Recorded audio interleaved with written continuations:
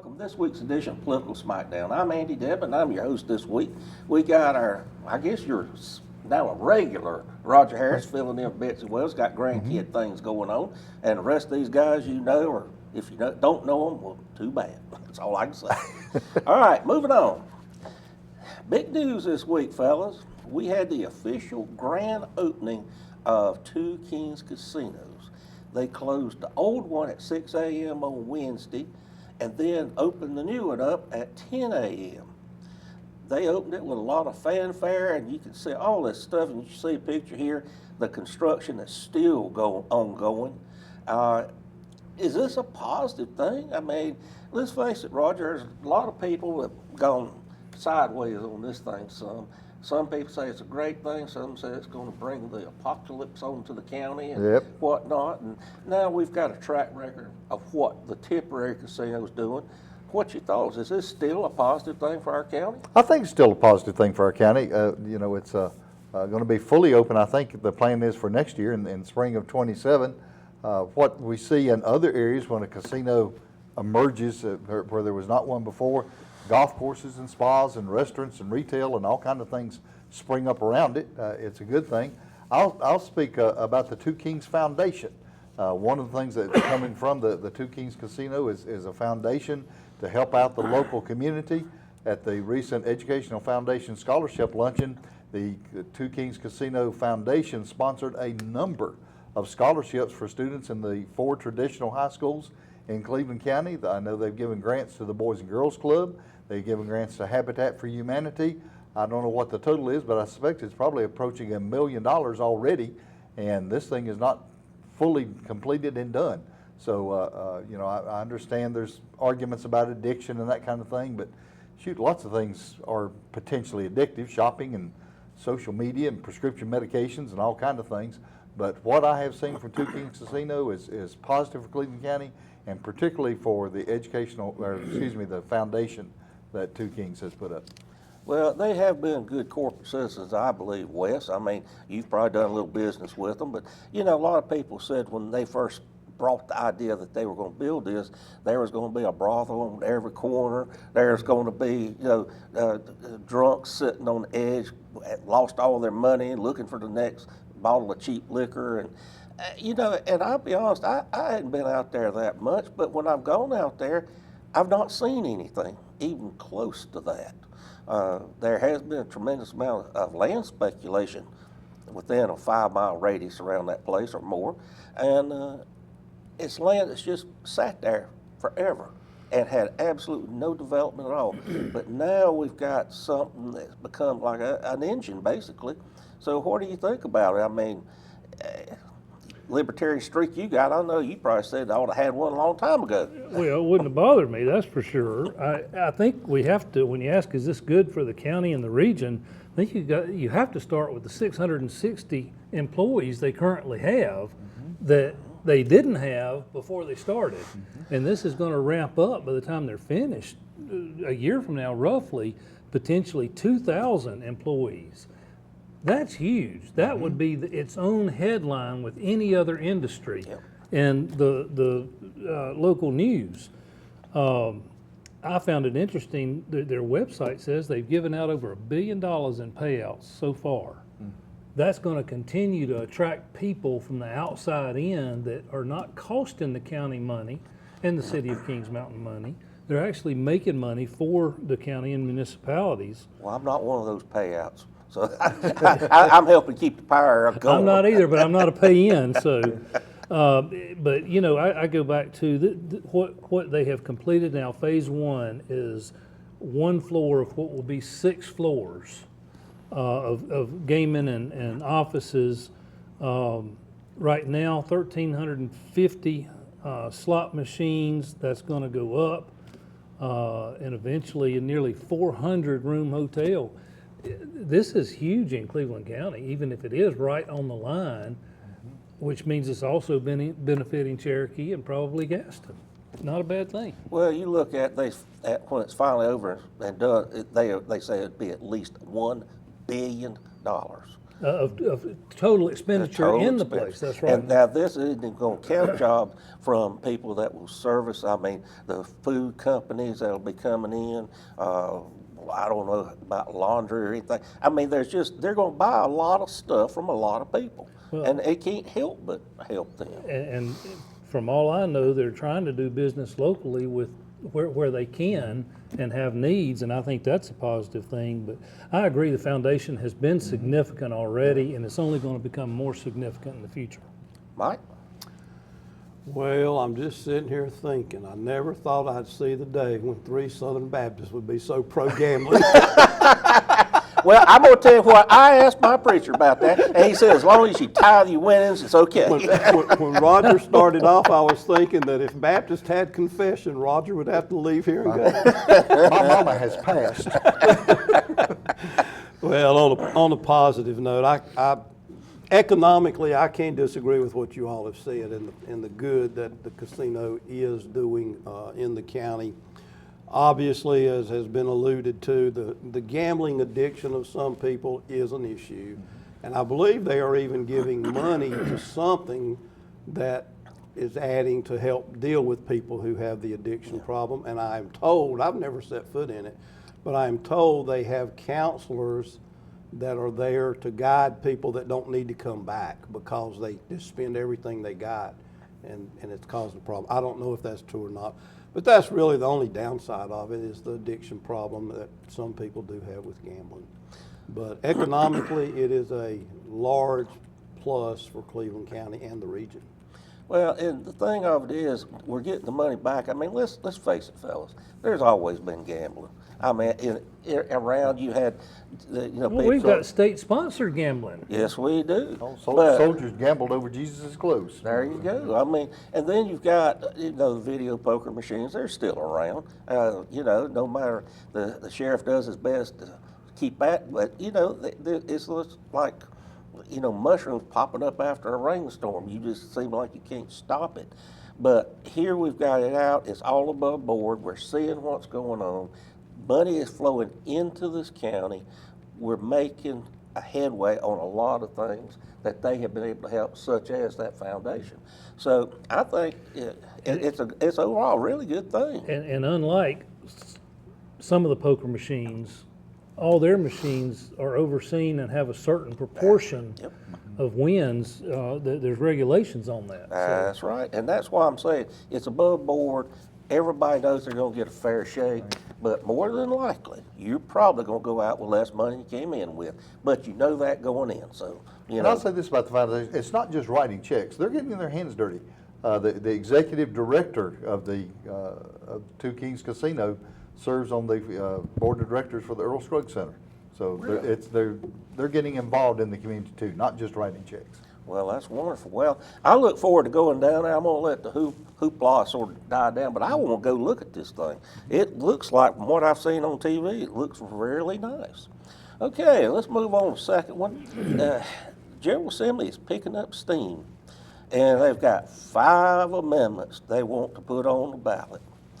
Do we really need all this, or is this just busy work? Mike, it seemed like some of these was kind of silly. I mean, a right to farm.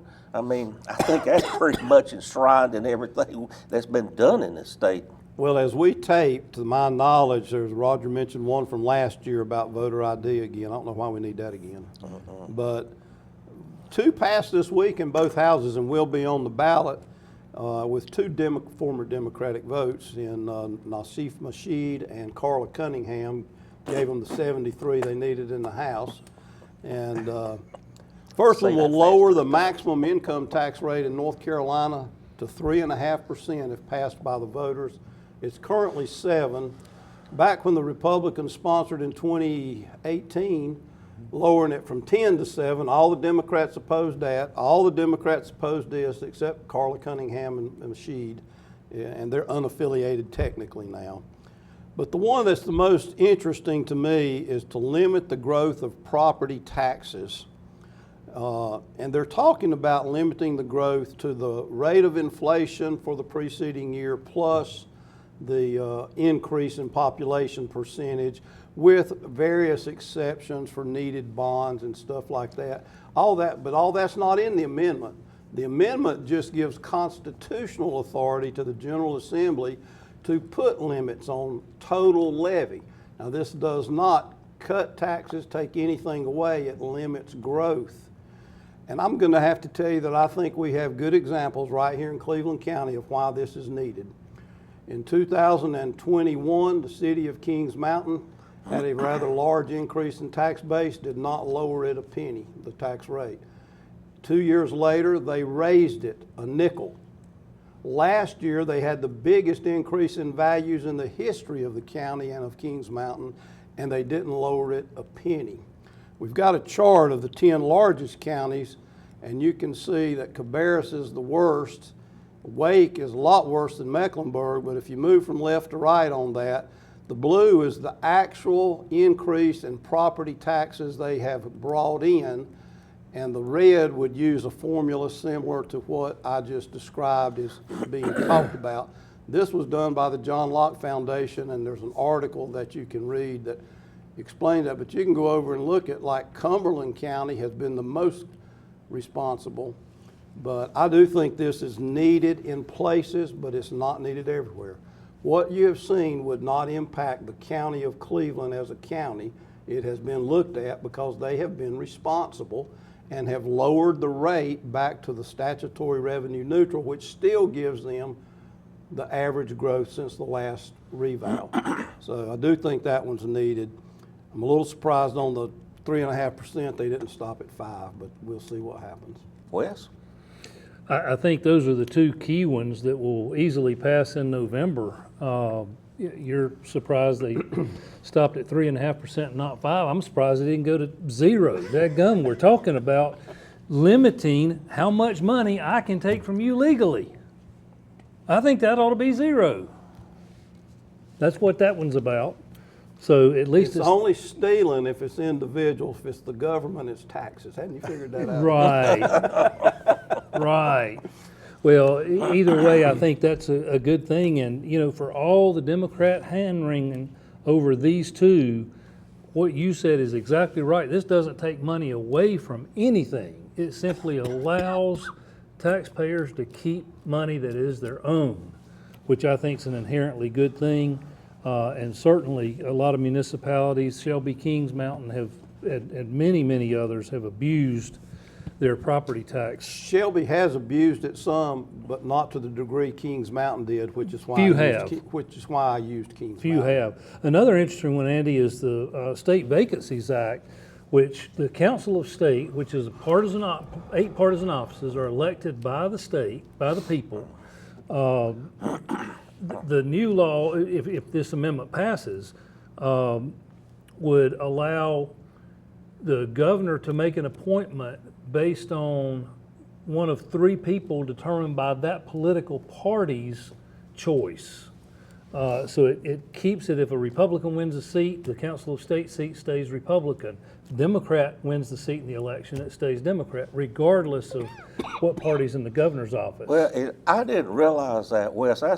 Because that's the way it's always been for General Assembly point. That has always been the agreement that to keep the balance. Because I think it is fair if somebody voted for a Democrat, then it should be replaced by Democrat. Same thing with Republicans. I agree. Somebody left the Council of State while Cooper was governor, and he appointed a Democrat, but it was only for 3 or 4 months. 2 or 3 months or something. Well, Andy, I think you're half right. Oh, wow, that's If a Democrat wins, a Republican ought to be able to take over and fix the mess. But I can understand that, why you think that, Wes. Anyway, all right, Roger, what's on your mind about this? These constitutional amendments have nothing to do with the Constitution. There's no problems in the Constitution. The issue is this, Andy. Republican enthusiasm is down this year in an off-election year. And just like in 2018, the question is among Republicans in Raleigh, how do we get our voters excited and get them out to vote? Well, what we're going to do is we're going to put some constitutional amendments on the ballot that sound good but really don't do anything. We're going to limit taxes to 3.5% when they're already below 3.5%. And put some things out there, like last time in 2018, it was the right to hunt and fish. And now we're going to have a constitutional amendment to give you the right to grow tomato plants if you want to, a right to farm. These things are not going to change a whole lot. There's a right to work law one that is being worked through the General Assembly. It uses exactly the same language, word for word, comma for comma, that has been in law since 1947. There's one of them to take power away from the governor, a Democratic governor, and appoint the state board, who's appointed state board of election, and give that to the voters. Well, that's just what we need in public education, is more politics. Good gracious. Pure and simple, this is political theater. It will not put food on your table, a roof over your head, or help educate your children. I'm going to have to partially disagree. There are literally people being priced out of their houses in these counties like Cabarrus that have raised the property tax more than double by not lowering the rate very much. And I agree with that, but shouldn't the people that regulate that be their local commissioners or city council? I can tell you why the Association of County Commissioners League of Municipalities failed miserably with the Republicans on this, because they are getting beat up by their constituents all over the state to do something about these counties. Well, And if you think you got a right to farm, ask some hog farmers well, with a moratorium there. Well, folks, there are solutions in search of problems, evidently. Well, we're going to take a break, and we'll be right back with the second half of Political Smackdown.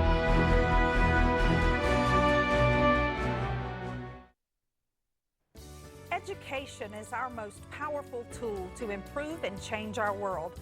Hi, I'm Rhonda Benfield, your host for School Matters.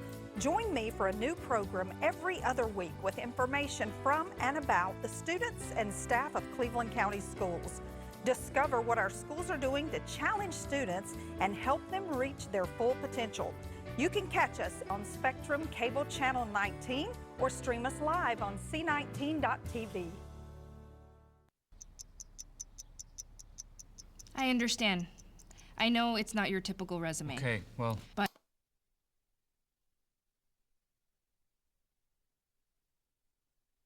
candidate. But I've been working double shifts just to pay for books. I've been raising my 2 little brothers. I'm determined, driven, motivated. Isn't that what you're looking for?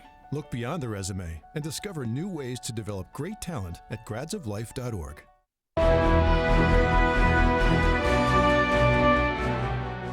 Back to Political Smackdown. Now we've hosed Mike off and cooled him off just a little bit.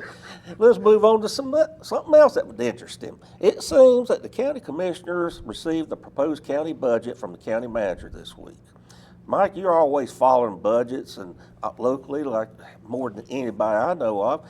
What did you think about what was presented, and anything just jump out at you that looked kind of weird? Well, I watched on their YouTube channel, the manager's presentation to the board, and I thought he did a good job of explaining it in general, major line items. What I guess I take out of it is, interestingly enough, every department had some cuts this year, and the overall county general fund budget is slightly less than it was last year. That doesn't happen very often in government, and they are prepared to pay the $6.5 million a year on the new Justice Center when that becomes effective, and so they've held the line.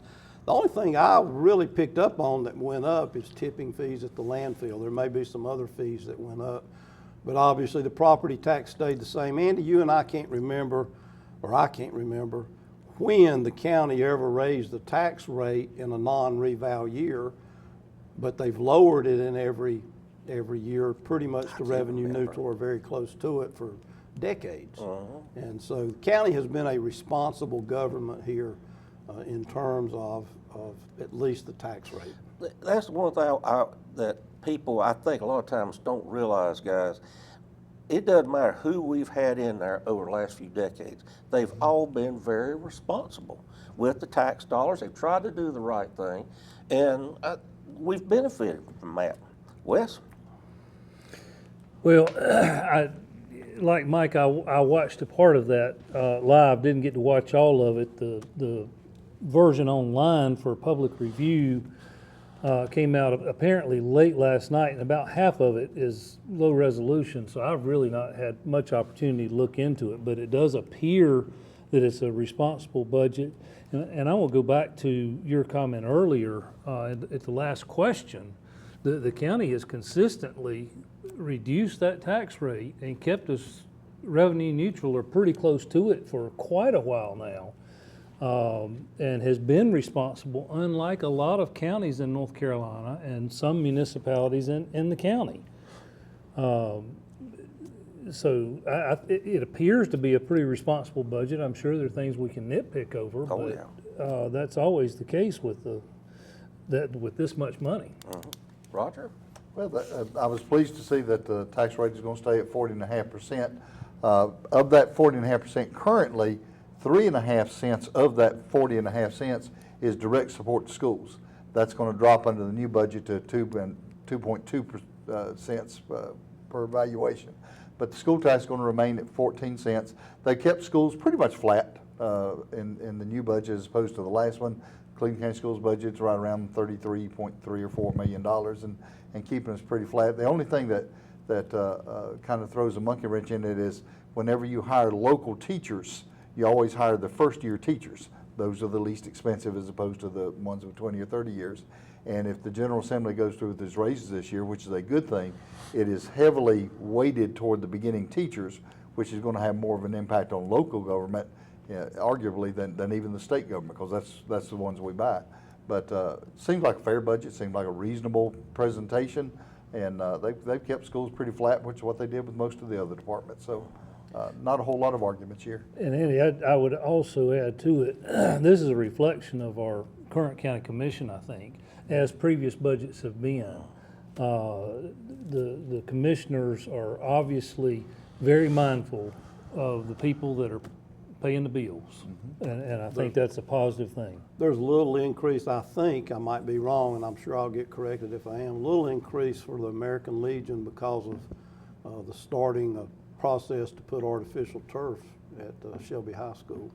Well, and I think one reason why this budget has been, we're just not growing like you would think. I mean, we've got fewer students. And the county's aging. And aging, so, you got all that. But anyway, as usual, I think we're going to have a decent budget, and I appreciate everybody that's worked on that on the county commissioners.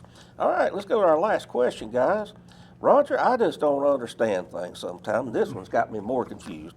President Trump is still trying to help his friends and neighbors and family get a piece of our tax dollars. The Department of Justice has now created a $1.8 billion slush fund for anyone that feels like they've ever been mistreated by the Department of Justice, basically. And you can apply for it. Does the president not have any shame at all about this? Is so naked and obvious. It's just unbelievable. Well, this Southern Baptist can't use the language that he would like to, referring to this. One of the first things Donald Trump did when he came into office, Andy, was to pardon the January 6th rioters. We know that officers died and 150 officers were injured in that, and now he's come up with a plan that he can actually pay those people. Nobody in the administration is denying that this money can go to the January 6th rioters, the Proud Boys and all the rest. I think we need to call this the Cop Killer Slush Fund, because that's what the money is going to be used for. It's for cop killers and those that attacked the Capitol. Just when I thought Donald Trump's corruption could not get any lower, doggone if he didn't get out a shovel and dig some more. It's just outrageous. Well, Wes, they always told me if we get in a hole, the best thing to do is quit digging. But it seems like that's not what's happening here. Well, there's no question it stinks. But the problem's not with the bad actor, the problem's with the government. Mr. Harris, you're the historian. This all comes from the civil suit provision of the Clean Air, Clean Water, and Endangered Species Act passed by Jimmy Carter. It allows people to sue friendly administrations in federal court and then bypass the regular appropriations process to take dollars away through the uncapped judgment fund. Now, when Reagan became president, Ed Meese, you remember Meese, recognized the problem and set some rules in place to keep this from happening. Congress never codified it, so it's been ignored. The Obama EPA signed more than 120 of these decrees with left-wing plaintiffs and accelerated billions of dollars in cost on consumers directly paid by taxpayers. And then Obama extended this to include ag department, housing and urban development, and to enrich his left-wing friends. Now, it stinks, it needs to be corrected, but we had warning about it. We had warning about it 50 years ago. Congress didn't do anything about it, and now we're paying the price. It does stink, it should not be this way, but let's not blame Trump for this one. Well, it seems like Wes has blamed every Democratic president except Clinton. So I'm going to give you a shot at that, Mike, if you want to try to blame it on Clinton. I might have to have more time to think about it. When I think about Clinton, all I can think about is his DNA. And you say I'm the one, Where Wes. it was. Well, this is not a good look for anybody. I think Wes has obviously done more research than I have on the history of how this can happen. But you know what? The real problem lies in the Congress, who is not doing its job. Exactly. I Here, think- here. Exactly. I think Here, you're right on the money. All right, folks, let's go to our lightning round. Roger, what you got for us this Last week? month, a fourth grade class in Greensboro was given a simple assignment: write a persuasive argument about an issue that's important to you and send it to somebody important. Well, a little 10-year-old Christian Mango thought very strongly about electric cars, wrote a letter to his congressman, Virginia Fox, and she wrote him back, and she told him to please tell your teacher to explain propaganda to you. She said, my guess is that your teachers will not give you a good educational experience and help you learn to think, as they're too interested in indoctrinating you. This was a little boy writing a letter about his opinion. It's sad that an 82-year-old bitter woman represents North Carolina and Washington. 10-year-old Christian deserves better. Well, it does. I served with Virginia, and that's pretty much her. All right, Wes? Well, at the unanimous direction of City Council, Ann Arbor, Michigan completed the citywide removal of more than 600 neighborhood watch signs, which, according to Mayor Christopher Taylor, a Democrat of course, said that the neighborhood watch signs are expressions of exclusion. This cost the city $18,000 from the general fund because it was not traffic related. Oh, my goodness. Michael? A Canadian man named Dennis Bouchard was sentenced to 2 months in prison. He lives in New Hanover and Pender County and has voted in one of those counties. He has lived in both and has voted in one of them since 2004. He is not an American citizen, and in one of the ways that they have been trying to clean up the rolls, it was discovered, and he pled guilty to 2, and beginning June 30th will serve 60 days in jail. Well, Mike, We really do need That, voter ID. that can't happen, been told. Well, he deserves a right to vote as much as any other Canadian around here. Well, folks, that's all we've got for you this week. Hope you've learned a little something, and hope you have a very happy, safe Memorial Day weekend. And we'll be back again next week with a new edition of Political Smackdown.